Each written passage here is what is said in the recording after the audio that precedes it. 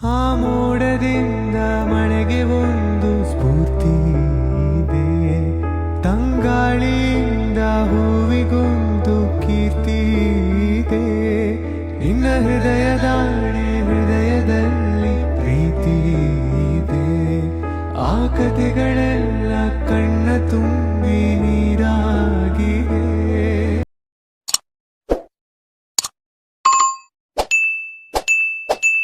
Real adventure ಅಂದರೆ ಬೆಳಗಿನ ಜಾವ 3 ಗಂಟೆಗೆ ಎದ್ದು ತಲೆ ಸ್ನಾನ ಮಾಡೋದಿರುತ್ತಲ್ಲ, ಅದು ಸಿಕ್ಕಾಪಟ್ಟೆ ಅಡ್ವೆಂಚರ್ ಆಗಿರುತ್ತೆ. ನಾವಿವತ್ತು ಎಲ್ಲಿಗೆ ಹೋಗ್ತಿದ್ದೀವಿ ಅಂತ ನೀವು ಆಲ್ರೆಡಿ ತಮ್ಮನೇಲಿ ನೋಡೇ ತಿಳ್ಕೊಂಡಿರ್ತೀರ. ಸೊ ಹಾಗಾಗಿ ನಾನು ಇಂಟ್ರೋದಲ್ಲಿ ಹೇಳೋ ಅಗತ್ಯನೇ ಇಲ್ಲ. ಎಲ್ಲರೂ ರೆಡಿ ಆದ್ವಿ. 4 ಗಂಟೆಗೆ ಹೋಗೋದು ಅಂತ ಪ್ಲ್ಯಾನ್ ಇತ್ತು. 4 ಗಂಟೆಗೆ ಹೋಗೋಕ್ಕೆ ನಮ್ಮಮ್ಮ ನನ್ನ 3:20ಕ್ಕೆ ಹೇಳ್ಸಿದ್ರು ಕಾಲ್ ಮಾಡಿ. ನಾನು ಆ್ಯಕ್ಚುಲಿ 3:15ಗೆ ಅಲಾರಾಮ್ ಇಟ್ಕೊಂಡಿದ್ದೆ. ಸರಿ ಅಂತ 4 ಗಂಟೆಗೆ ನಾವು ಮನೆ ಬಿಟ್ವಿ. ನಮ್ಮಪ್ಪ ಗಾಡಿ ಓಡಿಸ್ತಾ ಇದ್ದರು, ನೀವಿಬ್ಬರು ಆರಾಮಾಗಿ ಮಲ್ಕೊಳ್ಳಿ ಕಾರಲ್ಲಿ ಅಂತ. ಬಟ್ ನಾನು ಇಲ್ಲ ನಾನು ಓಡಿಸ್ಬೇಕು, ನನಗೆ ಓಡ್ಸೋಕ್ಕೆ ಇಷ್ಟ ಅಂತ ಹೇಳಿ ನಾನು ಕಾರಿಸ್ಕೊಂಡು ನಾನು ಡ್ರೈವಿಂಗ್ ಸೀಟಲ್ಲಿ ಕೂತಿದ್ದೀನಿ. ನಾನು ಹೊಸ ಕಾರ್ ತೊಗೊಂಡ್ಮೇಲೆ ಇದೇ ಫಸ್ಟ್ ನಂದು ರೋಡ್ ಟ್ರಿಪ್, ಲಾಂಗ್ ಟ್ರಿಪ್ ಇದೇನೆ. ನಾವು ಹೋಗ್ತಿದ್ದಿದ್ದು ಫಸ್ಟ್ ಧರ್ಮಸ್ಥಳಕ್ಕೆ. ಸೊ ನಮ್ಮಪ್ಪ ನಮ್ಮ ಮನೆ ಹತ್ರನೇ ನನಗೆ ಕಾರ್ ಕೊಟ್ಟರು. ನಾನು ಏನು ಅಂದ್ಕೊಂಡೆ ಅಂದರೆ ನಾನು ಆರಾಮಾಗಿ ಓಡಿಸೋಣ, ಅಪ್ಪ ಅಮ್ಮ ಆರಾಮಾಗಿ ರೆಸ್ಟ್ ತೊಗೊಂಡು ಅಂತ. ಬೆಳಗಿನ ಜಾವ ಹೇಳೋದು ನಮಗೇನು ಹೊಸ್ತಲ್ಲ, ಬಿಕಾಸ್ ಅವಾಗೆಲ್ಲ ನಮ್ಮಪ್ಪ ಎಲ್ಲೇ ಹೋಗಬೇಕು ಅಂದರೂ ನಮ್ಮನ್ನು 4 ಗಂಟೆಗೆ ಏಳಿಸ್ತಾಯಿದ್ರು, ಕರ್ಕೊಂಡು ಹೋಗ್ತಾಯಿದ್ರು. ಮಕ್ಕಳು ಯಾವತ್ತೂ ಸೂರ್ಯೋದಯ ಆಗೋವರೆಗೂ ಮಲ್ಕೋಬಾರ್ದು, ಅದ್ರ ಮುಂಚೆನೇ ಹೇಳ್ಬೇಕು ಅಂತ ನಮಗೆ ಚಿಕ್ಕ ವಯಸ್ಸಿಂದನೂ 6 ಗಂಟೆಗೇ ಎದ್ಬಿಡ್ತಿದ್ವಿ ನಮ್ಮ ಮನೇಲಿದ್ದಾಗ.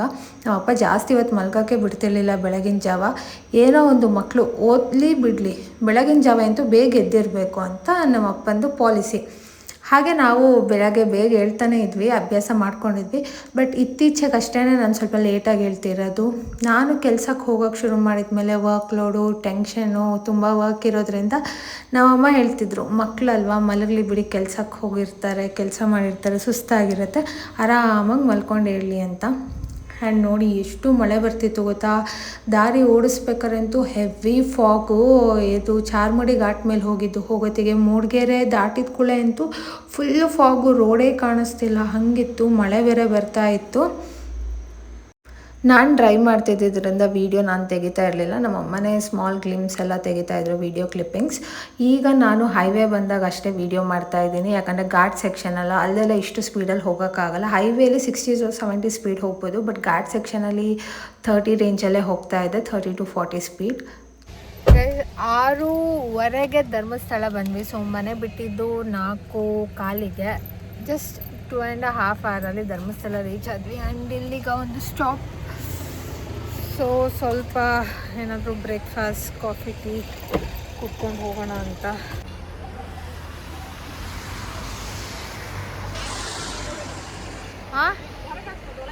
ಹಾಂ ಬಿತ್ತು, ನಾನು ಇಳಿಬೇಕಾದ್ರೆ ಅದಕ್ಕೆ.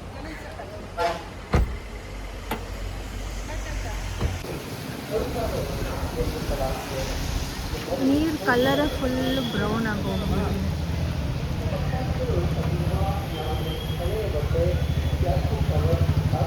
ಹೋಗಮ್ಮ ಮುಯ್ದೆತ್ ಬಾ, ಹೆಂಗೆ ಹರಿತಾ ಇದೆ ನೋಡು.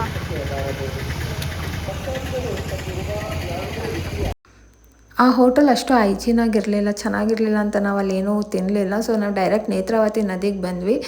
ನೇತ್ರಾವತಿ ನದಿ ಒಂಥರ ನೋಡಿ ವ್ಯೂ ತುಂಬ ಚೆನ್ನಾಗಿದೆ. ನೀರೆಲ್ಲ ಫುಲ್ಲು ಮಡ್ಡಿಯಾಗಿತ್ತು, ಆ ಕಲರ್ ಬ್ರೌನ್ ಕಲರ್ ಇತ್ತು. ಈ ಸತಿ ನಾವು ಮುಳುಗಿ ಹೇಳಕ್ಕೆ ಹೋಗಲಿಲ್ಲ, ಯಾಕಂದರೆ ನಾವು ಆಲ್ರೆಡಿ ಮನೆಯಲ್ಲೇ ತಲೆ ಸ್ನಾನ ಮಾಡ್ಕೊಂಡೆಲ್ಲ ಹೊರಟು ಬಂದಿದ್ವಿ. ಆ್ಯಂಡ್ ನಾನು ವೀಡಿಯೋ ಮಾಡಬೇಕಾದ್ರೆ ಅಲ್ಲೊಂದು ಮಗು ಸುಸು ಮಾಡ್ತಿತ್ತು ಆ ನೀರೊಳಗೆ. ಎಷ್ಟು ನೀರೆಲ್ಲ ಪರಿಶುದ್ಧವಾಗೇ ಇಲ್ವಲ್ಲ ಅನ್ನಿಸ್ತು, ಹರಿಯೋ ನೀರಾದರೂ. ಹಾಗೆ ನಾವು ಒಂದು 3 ಹನಿ ತಲೆ ಮೇಲೆ ಹಾಕ್ಕೊಂಡು ರಿಚುವಲ್ಸ್ ಮಾಡಲೇಬೇಕಲ್ಲ, ಹಂಗೆ ಮಾಡ್ಕೊಂಡು ಜಸ್ಟ್ ಹಾಗೆ ಬಂದ್ವಿ.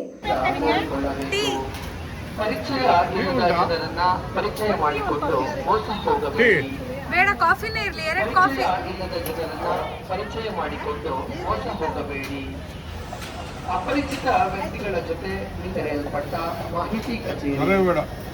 ನದಿಯ ಪರಿಸರದಲ್ಲಿ ಯಾವುದೇ ವ್ಯಕ್ತಿಗಳ ಬಗ್ಗೆ ಅನುಮಾನ, ಸಂಶಯಗಳು ಕಂಡು ಬಂದರೆ ಹತ್ತಿರದಲ್ಲೇ ಇರುವ ಮಾಹಿತಿ ಕಚೇರಿಗೆ ಅಥವಾ ಪೊಲೀಸ್ ಅಧಿಕಾರಿಗಳಿಗೆ ಮೇಲೆ ನದಿಯ ಬಲಭಾಗದ ರಸ್ತೆಯ ಪಕ್ಕದಲ್ಲಿ ಶೌಚಾಲಯವನ್ನ ನಿರ್ಮಿಸಲಾಗಿದೆ. ಎಲ್ಲರೂ ಶೌಚಾಲಯ ಬರೀ ನೊರೆನೇ ಇದೆ, ಕಾಫಿನೇ ಸಿಗ್ತಾ ಇಲ್ಲ. ತಂದಿರುವ ಯಾವುದೇ ಹಳೆಯ ಬಟ್ಟೆ, ಪ್ಲಾಸ್ಟಿಕ್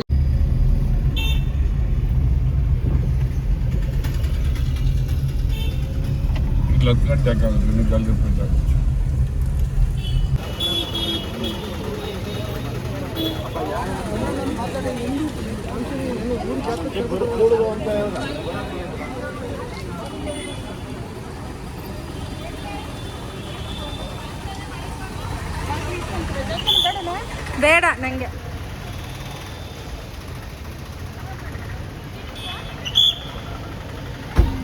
ತುಂಬ ದಿನದಿಂದ ಧರ್ಮಸ್ಥಳ ಸುಬ್ರಹ್ಮಣ್ಯ ಹೋಗಿ ಬರಬೇಕು ಅಂದ್ಕೊಂಡಿದ್ದೆ. ಬಟ್ ಇವತ್ತು ಕಾಲ ಕೂಡ ಬಂದಿದೆ. ಅದು ನನ್ನ ಬರ್ಡೇ ಮಂತಲ್ಲಿ first day of my birthday month spiritual ಪ್ಲೇಸಿಂದ ಸ್ಟಾರ್ಟ್ ಮಾಡ್ತಿದ್ದೀನಿ. ಸೊ ಈ ಮಂತ್ ಅಂತೂ ತುಂಬ ಚೆನ್ನಾಗಿರುತ್ತೆ, ಚೆನ್ನಾಗಿ ಹೋಗುತ್ತೆ ಅಂದ್ಕೊಂಡಿದ್ದೀನಿ. ನನಗಂತೂ ಸಿಕ್ಕಾಪಟ್ಟೆ ಖುಷಿ ಆಯಿತು. ಅದು ಹೊಸ ಕಾರ್ ತೊಗೊಂಡ್ಮೇಲೆ ಬರಬೇಕು ಅಂದ್ಕೊಂಡಿದ್ದೆ ಒಂದು ಸತಿ. ಫಸ್ಟ್ ನಾನು ಇಲ್ಲಿಗೆ ಬರಬೇಕು ಅಂದ್ಕೊಂಡಿದ್ದೆ ಕಾರ್ ತೊಗೊಂಡು ಮಂತಲ್ಲೇ, ಬಟ್ ಆಗಿರಲಿಲ್ಲ. ಆದರೆ ಈ ಮಂತಲ್ಲಿ ಬರೋ ಹಂಗಾಯಿತು, ಖುಷಿ ಆಯಿತು.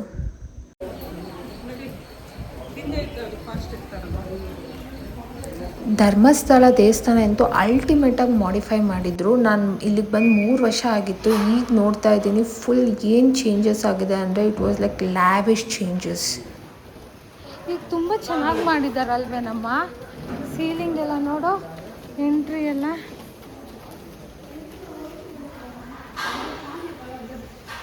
ತುಂಬ ಚೆನ್ನಾಗಿದೆ ಅಲ್ಲ ಈಗ.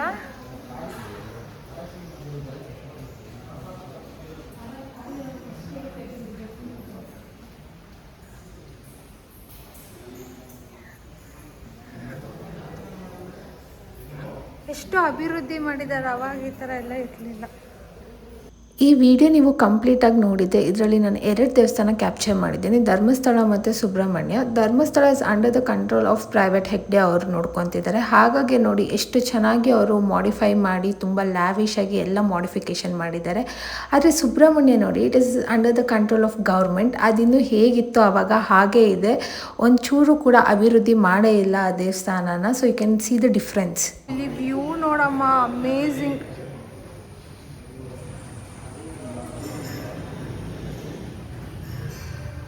ತುಂಬ ರೀತಿ ಸೇವೆಗಳ ಚೀಟಿಗಳಿದೆ. ಬಟ್ ನಾನು ತೊಗೊಂಡಿದ್ದು ರುದ್ರಾಭಿಷೇಕ ಮತ್ತು ಇನ್ನೊಂದು ಸೇವೆ 750 ರುಪೀಸ್ ಏನು, ಅದರಲ್ಲಿ ಸಂಕಲ್ಪನೂ ಮಾಡಿಸ್ಬೋದು. ಆ್ಯಂಡ್ ಇದು ನೋಡಿ ಕಾಣಿಕೆ ಹಾಕೋದ್ರಲ್ಲೂ ತುಂಬ ವಿಧಾನಗಳಿದೆ. 101 ರೂಪಾಯಿ ಏನಕ್ಕೆ ಹಾಕ್ತಾರೆ, 108 ರೂಪಾಯಿ ಏನಕ್ಕೆ ಹಾಕ್ತಾರೆ, 116 ರೂಪಾಯಿ ಏನಕ್ಕೆ ಹಾಕ್ತಾರೆ, 11 ರೂಪಾಯಿ, 22 ರೂಪಾಯಿ, ಎಲ್ಲದಕ್ಕೂ ಒಂದೊಂದು ಅರ್ಥ ಇದೆ. ಅದು ನಾನು ನಿಮಗೆ ಇನ್ನೊಂದು ವೀಡಿಯೋದಲ್ಲಿ ತಿಳಿಸ್ಕೊಡ್ತೀನಿ.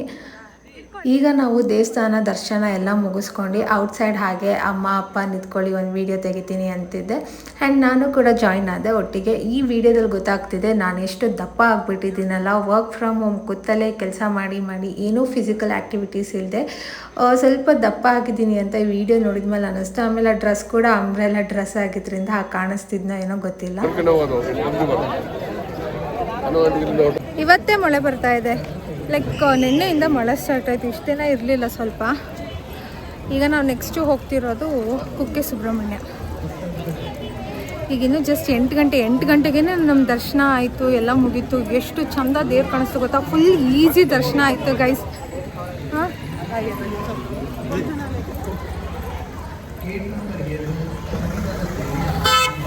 ಸೈಡ್ ಬಾ. ಏನು ಗೊತ್ತಾ ಪ್ರಸಾದ ಇಲ್ಲಿ 10:15 ಸ್ಟಾರ್ಟು. ನೀನು ಸ್ಟೇಟಸ್ ಇಟ್ಕೊಂಡು ಮಳೆ ಬರ್ತಿದೆಯಲ್ಲ ಅದಕ್ಕೆ ಅಲ್ಲಿ ಹೋಗಿ ಕಾಯ್ಬೇಕಮ್ಮ. ಪಪ್ಪ ಎಲ್ಲ ಇತ್ತು ಬಾ, ಮಳೆ ಬರ್ತಿದೆಯಲ್ಲ ಒಳಗಡೆ ಆದ್ರೂ ನಿಲ್ಲೋಣ. ನನ್ನ ಸ್ಲಿಪ್ಪರ್ ಹಾಕೊಂಡು ನಿಲ್ಲೋಣ ಬಾ. ಅಮ್ಮ ದರ್ಶನ ಎಲ್ಲ ಹೆಂಗಾಯ್ತು? ಚೆನ್ನಾಗಾಯ್ತು, ಪೀಸ್ ಆಫ್ ಮೈಂಡ್. ಹೌದಾ? ಅಲ್ಲ ಅರ್ಲಿ ಮಾರ್ನಿಂಗ್ ಬಂದ್ವಲ್ಲ, ಅಷ್ಟೊಂದು ನುಗ್ಗಲಿರ್ಲಿಲ್ಲ, ಚೆನ್ನಾಗಿತ್ತು. ಹಾಂ, ಆಮೇಲೆ ಈ ಸತಿ ಅಷ್ಟು ಕ್ರೌಡು ಇರಲಿಲ್ಲ. ಆರಾಮಾಗಿ ಹೋಗಿ ಬೇಗ ಬಂದ್ವಿ. ಕ್ರೌಡ್ ಆಗುತ್ತೆ. ಆ್ಯಂಡ್ ನೆಕ್ಸ್ಟ್ ನಾವು ಹೋಗ್ತಿರೋದು ಸುಬ್ರಹ್ಮಣ್ಯ ಸ್ವಾಮಿ ದರ್ಶನ ಮಾಡ್ಕೊಬರ್ತೀವಿ. ಎಲ್ಲಿದೆ ನಿನ್ನ ಮನೆ ದೇವ್ರ ಮನೆ?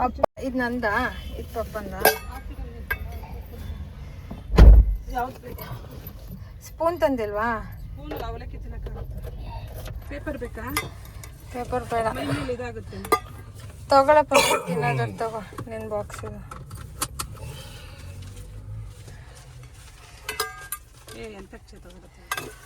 ರಾಂಬುಟಾನ್ ಹೇಗಿರುತ್ತೆ? ಎಷ್ಟು ಕೆಜಿ 280. ಸ್ಯಾಂಪಲ್ ನೋಡ್ಬೋದಾ? ಟೆಂಪಲ್ ಕೊಡು. ನಾವು ತಿಂದೇ ಇಲ್ಲ, ಟೇಸ್ಟ್ ಮಾಡಿಲ್ಲ ಇದು ಯಾವತ್ತು. ಅದಕ್ಕೆ ಕೊಡಿ, ಅವರೇ ತಗೊಂಡು.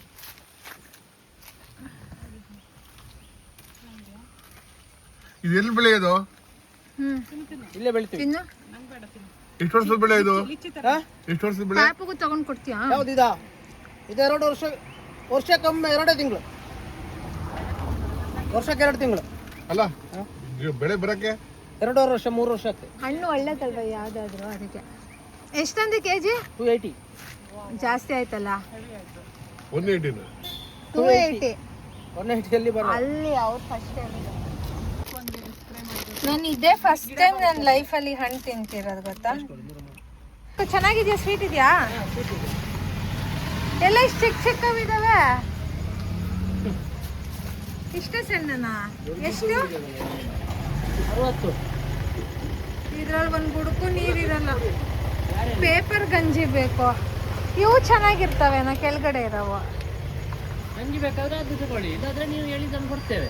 ಸ್ವೀಟ್ ನೀರು, ಪೇಪರ್ ಗಂಜಿ. ಸ್ವೀಟ್ ನೀರು ಕುಡ್ದ ಮೇಲೆ ನೋಡ್ಬೇಕಲ್ಲ, ಅದಕ್ಕೆ ಅದು ನಿಮಗೆ ಗೊತ್ತಿರುತ್ತಲ್ವ? ಪೇಪರ್ ಗಂಜಿ ನೋಡಿ. ಇದೇನು ಸ್ಟ್ರಾಂಗ್? ನಮ್ಮ ಅಮ್ಮ ಪಾಪ 3 ಗಂಟೆಗೆ ಎದ್ದು ಅವಲಕ್ಕಿ ಎಲ್ಲ ಮಾಡ್ಕೊಬಂದಿದ್ರು, ಯಾಕಂದರೆ ಅವ್ರು ಹೋಟ್ಲು ಫುಡ್ ತಿನ್ನಲ್ಲ ಅಂತ. ಬಟ್ ನನಗೆ ಅವಲಕ್ಕಿ ತಿನ್ನೋಕ್ಕೆ ಇಷ್ಟ ಆಗಲಿಲ್ಲ, ಹಾಗಾಗಿ ನಾನು ಬರೀ ಎಳ್ನೀರು ಕುಡಿತಾ ಇದ್ದೀನಿ ಮಾರ್ನಿಂಗ್. ಬೇಕಾ? ಯೂಶ್ವಲಿ ನನಗೆ ಲಾಂಗ್ ಜರ್ನೀಸ್ ಎಲ್ಲ ಅಷ್ಟು ಇಷ್ಟ ಆಗಲ್ಲ, ಯಾಕಂದರೆ ನನಗೆ ಜರ್ನಿ ಸಿಕ್ನೆಸ್ ಇದೆ. ನನಗೆ ಮನೇಲೇ ಆರಾಮಾಗಿರೋಕ್ಕೆ ಇಷ್ಟ.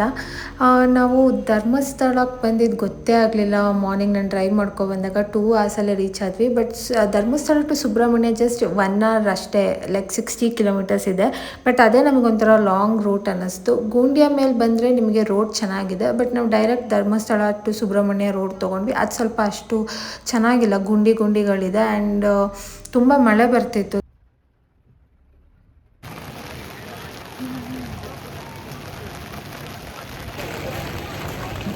ಹಿಂದೆಯಿಂದ ಮಳೆ ಬರ್ತೀರ, ನೀನು ಮುಂದೆ ಹಿಡಿ. ಅಲ್ಲೇನೋ ದಾಟಿ ಹೋಗ್ಬಾರ್ದು ಅಂತ ಬಿದ್ದಿತ್ತು. ಅಪ್ಪ ಮಳೆಯಲ್ಲಿ ಆ ಕಡೆ ನಡ್ಕೊಂಡು ಬರ್ತಾ ಇದೆ. ನನಗೆ ಈ ವಿಡಿಯೋ ಎಡಿಟ್ ಮಾಡಬೇಕಾದ್ರೆ ಒಂದ್ಸತಿ ರಾಘವೇಂದ್ರ ಸ್ವಾಮಿನೇ ನೋಡ್ದಂಗಾಯಿತು. ಪಪ್ಪ ನಾವು ಮಾತಾಡ್ತೀನಿ. ಸೀರೆ ಉಡ್ಕೊಂಡಿದ್ರೆ ತುಂಬ ಕಷ್ಟ ಆಗಿರೋದು. ಪ್ರಸಾದ ಕೌಂಟರ್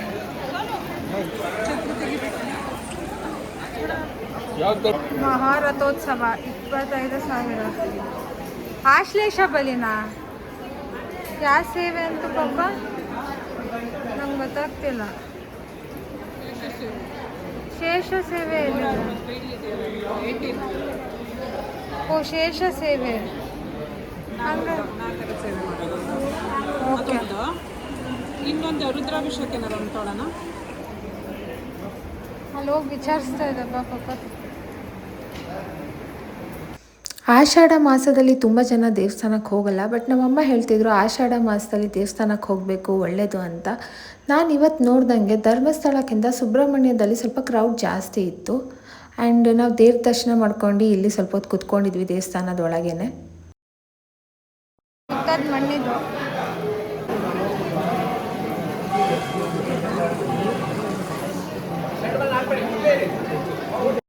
ಧರ್ಮಸ್ಥಳದಲ್ಲಿ ಭೋಜನ ವ್ಯವಸ್ಥೆ ಇರೋದು 10:30 ನಂತರ. ಬಟ್ ಇಲ್ಲಿ ಸುಬ್ರಹ್ಮಣ್ಯದಲ್ಲಿ ಬೆಳಗಿನ ಜಾವ ಉಪಹಾರ 8 ಗಂಟೆಯಿಂದ 10 ಗಂಟೆಗೆ ಆ್ಯಂಡ್ ಭೋಜನ 12 ಗಂಟೆಯಿಂದ 2:30 ಇದೆ. ನೋಡ್ಲಿಲ್ವಲ್ಲ ಅನ್ಕೊಂಡೆ ಟೆಂಪಲ್ ಒಳಗೆ, ಬಟ್ ಇಲ್ಲಿ ಬರ್ತಾ ಇದೆ.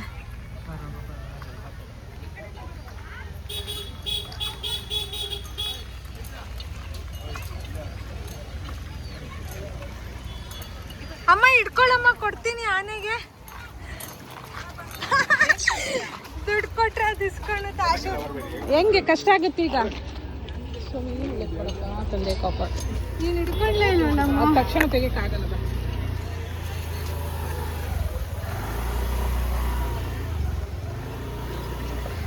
ಅದೇ ಚೆನ್ನಾಗಿರುತ್ತೆ. ಇಲ್ಲಿ ಆದಿ ಸುಬ್ರಹ್ಮಣ್ಯ ಟೆಂಪಲ್ ಇದಿಡು ನೀನು ಛತ್ರಿ ತಗೋ.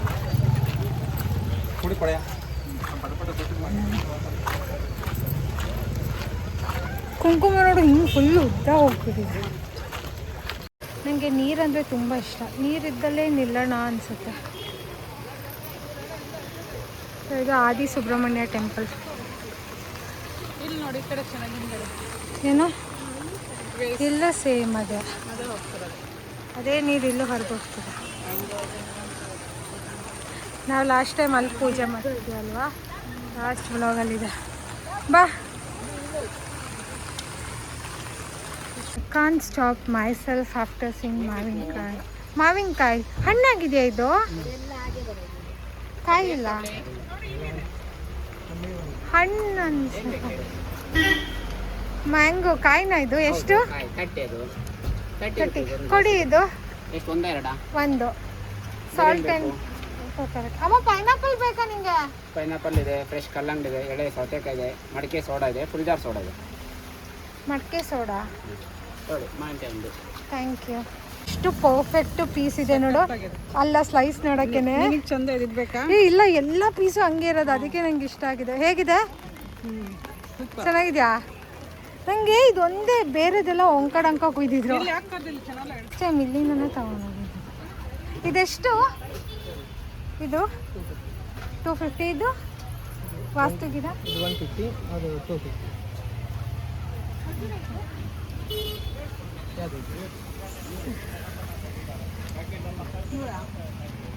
ಏನು ಬೇಕಮ್ಮ? 150 ತಗೋ ಬೇಕಲ್ಲ, ತಗೋ. ಇದು ಚೆನ್ನಾಗಿದೆ ಈ ಪ್ಯಾಕೆಟು. 100 ರೂಪೀಸ್ ಅಂತ. ನಾನು ಕೈಯಲ್ಲಿ ಮಾವಿನಕಾಯಿ ಹೇಗೆ ತೊಗೊಳೋದು? ಲಯನ್ ಡೇಟ್. ಹೇಗಿದ್ರು ಸುಬ್ರಹ್ಮಣ್ಯ ಬರ್ತಿದ್ದೀವಿ ಅಂತ ಗೊತ್ತಾಯ್ತಲ್ಲ. ಸೊ ನನ್ನ ತಮ್ಮನೂ ಇಲ್ಲೇ ಹಾಸ್ಟೆಲಲ್ಲಿದ್ದಾನೆ ಸೂಳ್ಯದಲ್ಲಿ. Subrahmanya to Sullia 1 hour journey.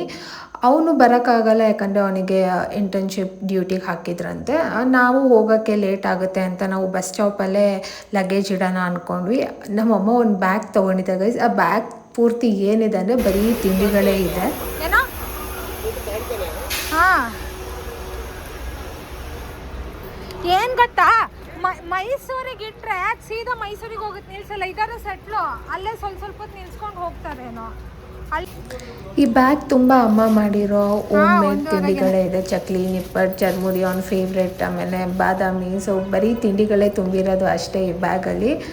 ಅವ್ನು ತಿನ್ನಲಿ ಏನಾದರೂ ಸ್ನ್ಯಾಕ್ಸ್ ಅಂತ. ಹಾಂ ಆಯಿತು, ಅವನಿಗೆ ಕಳಿಸಿರ್ತೀನಿ. ನಾವು ಬಸ್ ನಂಬರು ಗಾಡಿ ನಂಬರು ನೋಡಿ ಕಳಿಸ್ಬೇಕು.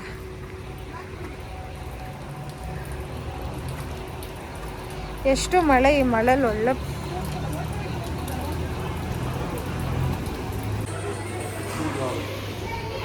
ಸುಳ್ಯ. ಇದು ಯಾವ್ದು ಹೋಗುತ್ತೆ? ಎಷ್ಟು ಗಂಟೆಗೆ?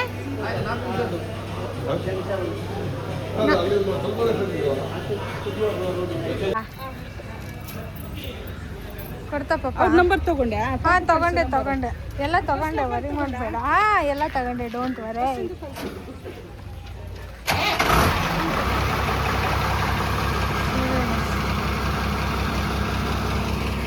ಪಪ್ಪ ಎಲ್ಲ ಆಯ್ತಾ?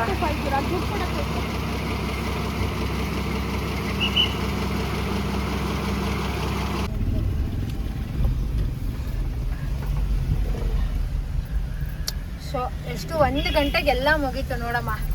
ಬೆಳಗ್ಗೆ 4 ಗಂಟೆಗೆ ಸ್ಟಾರ್ಟ್ ಮಾಡಿದ್ದು, 1 ಗಂಟೆಗೆಲ್ಲ ಮುಗಿಸಿ ಈಗ ಅದೇ ವಾಪಸ್ ಬ್ಯಾಕ್ ಟು ಚಿಕ್ಕಮಂಗ್ಳೂರು. ಇವತ್ತೆಲ್ಲ ಇಷ್ಟು ಬೇಗ ಮುಗ್ದಿದ್ದು. ನಾನು ಹೇಳಿದ್ನಲ್ಲ, ಫಸ್ಟ್ ಟೈಮ್ ನಾನು ಈ ಫ್ರೂಟ್ನ ತಿಂತಿರೋದು. ಇದು ಟ್ರಾಪಿಕಲ್ ಮಾನ್ಸೂನ್ ಫ್ರೂಟ್. ದಾರಿ ಉದ್ದಕ್ಕೂ ಎಲ್ಲರೂ ಸ್ಟ್ರೀಟ್ ವೆಂಡರ್ಸ್ ಈ ಫ್ರೂಟ್ನ ಸೇಲ್ ಮಾಡ್ಕೊತಿದ್ರು. ಒಬ್ಬರು ಒಂದೊಂದು ಪ್ರೈಸ್ ಹೇಳ್ತಾ ಇದ್ರು. ನಾವು ಸ್ಟಾರ್ಟಿಂಗ್ ತೊಗೊಂಡ್ವಲ್ಲ, ಅವರು ಮಾತ್ರ ಜಾಸ್ತಿ ಹೇಳಿದ್ರು 280 ರೂಪೀಸ್. ಇನ್ನು ಕೆಲವರು 250 ರೂಪೀಸಿಗೂ ಮಾರ್ತಿದ್ರು, 300 ರೂಪೀಸಿಗೂ ಮಾರ್ತಾಯಿದ್ರು. ಒಂಥರ ತಿನ್ನೋಕೆ ಚೆನ್ನಾಗಿತ್ತು. ಹಾಗಾಗಿನೇ ನಾವು ಹೋಗ್ತಾ ಮತ್ತೆ ಇನ್ನೊಂದು ಕೆಜಿ ತೊಗೊಂಡು ಹೋದ್ವಿ ಇದನ್ನು. ಯಾಕಂದರೆ ರೇರ್ ಫ್ರೂಟ್ ಅಲ್ಲ, ಸೀಸನಲ್ ಫ್ರೂಟ್ ಎಲ್ಲ ತಿಂತಿರ್ಬೇಕಾಗ ಒಳ್ಳೇದು ಅಂತ ನೋಡಿ ಮತ್ತೆ ನಾವು ಇನ್ನೊಂದು ಕೆಜಿನ ತೊಗೊಂಡ್ವಿ. ಫಸ್ಟ್ ತೊಗೊಂಡಿದ್ದು ಹೋಗ್ಬೇಕಾದ್ರೆ ತೊಗೊಂಡ್ವಿ, ಈಗ ಮತ್ತೆ ಬರಬೇಕಾದ್ರೆ ಇನ್ನೊಂದಿಷ್ಟು ತೊಗೊಂಡ್ವಿ. ಚೆನ್ನಾಗಿರುತ್ತಲ್ಲ ತಿನ್ಕೊಂಡು ಹೋಗೋಣ ಅಂತ.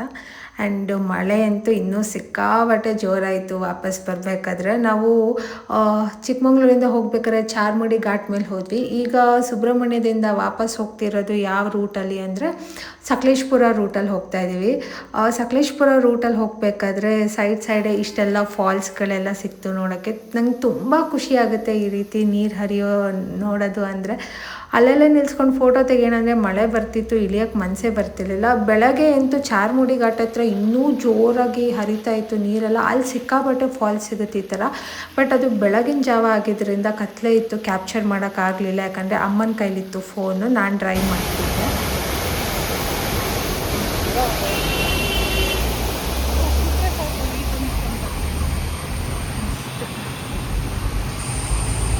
मौसम की बारिश का ಕ್ಯಾಪ್ಚರ್ ಮಾಡಲಿಲ್ಲ ಅಂತಂದ್ರೆ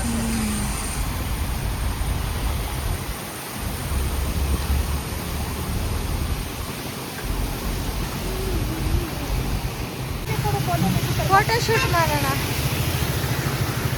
ಬೇಡ, ನಾನೇ ತೆಗಿತೀನಿ, ನಿಂತ್ಕೋ.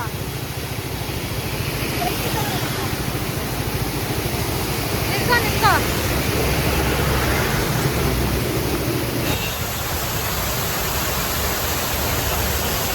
बस.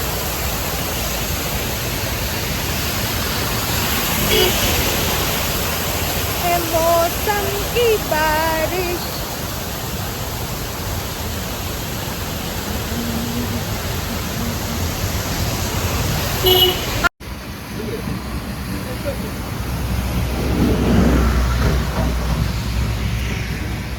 ಅಡಿಲ್ಲ ಮಾಡಿಕೊಡು. ಎಷ್ಟೊಂದು ಕೆಂಡದಲ್ಲಿ ಸುಡಲ್ವಾ? ಸುಟ್ಟು ರೆಡಿ ಮಾಡಿ ಕೊಡೋದು, ಸುಟ್ಟು ಕೊಡೋದು. ನೀರಲ್ಲಿ ಬೇಯಿಸ್ತಿದ್ದೀರಾ? ಬೇಯಿಸಿರೋದಿದೆ, ಸುಟ್ಟಿರೋದಿದೆ. ಇದು Sakleshpur, the famous tourist spot. ಇಲ್ಲಿ ಎಲ್ಲರೂ ಇಲ್ಲಿ ಗಾಡಿ ನಿಲ್ಲಿಸ್ಕೊಂಡಿದ್ದಾರೆ. ಯಾಕಂದರೆ ಇಲ್ಲಿ ಮಂಜದವಾದ ಫೋರ್ಟಿಗೆ ಹತ್ಕೊಂಡು ಹೋಗೋದು. ಇಲ್ಲೇ ಗಾಡಿ ನಿಲ್ಲಿಸ್ಬಿಟ್ಟು ನಡ್ಕೊಂಡು ಹೋಗಬೇಕು. ಲಾಸ್ಟ್ ಟೈಮ್ ನಾನು ಹೋಗಿದ್ದೆ, ಬಟ್ ಆವಾಗ ಆ ವಿಡಿಯೋ ಎಲ್ಲ ಡಿಲೀಟ್ ಆಗಿಬಿಟ್ಟಿತ್ತು, ನನ್ನ ಫೋನಲ್ಲಿ ಇರಲಿಲ್ಲ. ನೋಡಿ, ಸಕಲೇಶ್ಪುರ ದಾಟ್ತಿದ್ದಂಗೆ ಫುಲ್ಲು ಬಿಸಿಲು. ಈ ಕಡೆ ಸೈಡ್ ಮಳೆನೇ ಇಲ್ಲ. ಸಕಲೇಶ್ಪುರ, ಹಾಸನ್, ಬೇಲೂರು ಇಲ್ಲೆಲ್ಲ ಅಷ್ಟು ಮಳೆ ಇಲ್ಲ. ಅಲ್ಲಿ ಮಾತ್ರ ಅಷ್ಟು ಬಂದಿದ್ದು.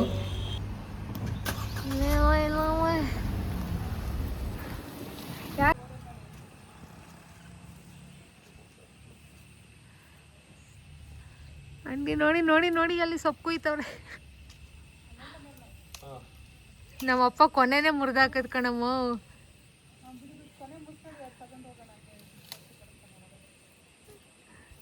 ಶಕ್ತಿ, ಹಾಂ ಹಾಂ ಹಾಂ. ಈಗ ಓಂ ಶಕ್ತಿ ಮಾಡ್ತಾರೆ. ಈಗ 2 ಕೈಲೂ ಸೊಪ್ಪು ಇಟ್ಕೊಂಡು.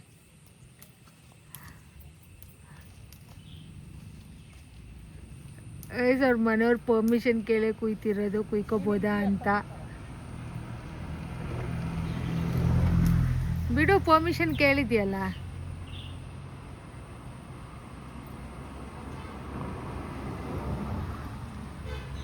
ನಾವು ಸಕಲೇಶ್ಪುರದಿಂದ ಹಾಸನ್ ರೋಡ್ ತೊಗೊಳ್ಲಿಲ್ಲ, ಡೈರೆಕ್ಟ್ ಬೇಲೂರಿಗೆ ಬಂದು ಬೇಲೂರು ಟು ಚಿಕ್ಕಮಂಗ್ಳೂರು ಹೋಗ್ತಿದ್ದೀವಿ. ಆ್ಯಂಡ್ ನಮ್ಮ ಡ್ಯಾಡಿ ಟೆಂಪಲ್ ರೋಡಲ್ಲಿ ಬಂದರು. ಬಿಕಾಸ್ ನಾನು ಗೋಲ್ಗಪ್ಪ ಬೇಕು ಅಂದಿದ್ದಕ್ಕೆ ಅದಿಲ್ಲಿ ಸಿಗ್ಬೋದೇನೋ ಅಂತ ಈ ರೋಡಲ್ಲಿ ಕರ್ಕೊಬಂದರು.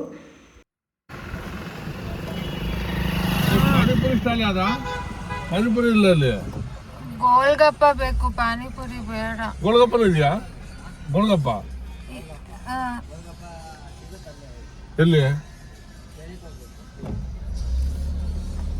ನಮ್ಮೂರಲ್ಲೇ ತಿಂತಿರುತ್ತೆ.